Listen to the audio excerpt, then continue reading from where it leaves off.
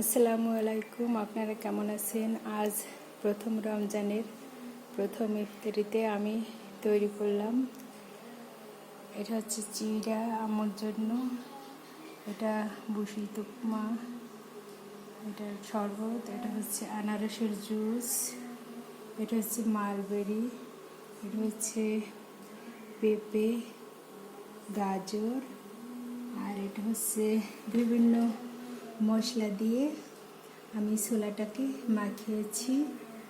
আর এটা হচ্ছে আমার বাবলির বুশিতে ইসবগুলের শরবত, আনারসের জুস, জিরা।